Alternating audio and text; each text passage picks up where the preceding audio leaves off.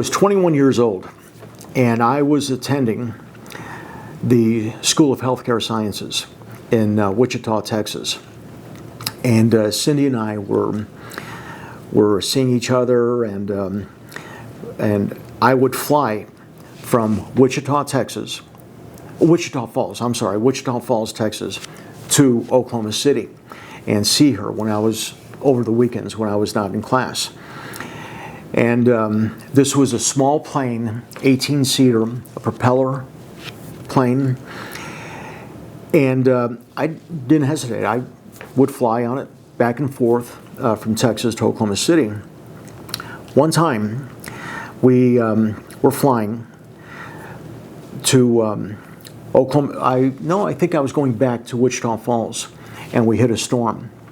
And the storm was so severe, this plane was moving all over. And I was sitting in the very back, right by the door. Water was literally coming through the door. It was terrifying. We had to make an emergency landing in Norman, Oklahoma, and we didn't know if we were going to make it. I was absolutely terrified. And I remember we finally landed in Norman, and everyone on the plane just broke into spontaneous applause.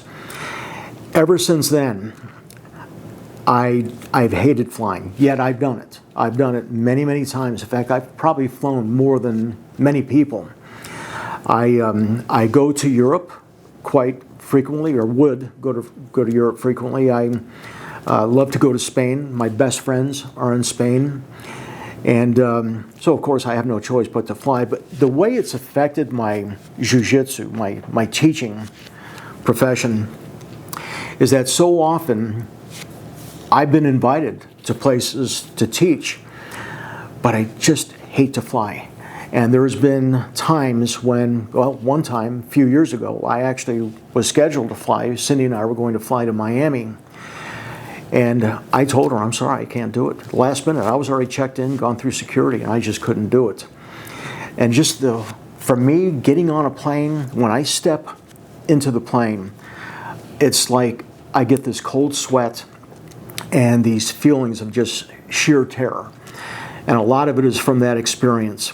So if I'm in the U.S., I prefer to drive. And then oftentimes it's easier because I'm teaching multiple seminars to my destination and on my way back home. So that doesn't make sense to fly. It would be so cost prohibitive.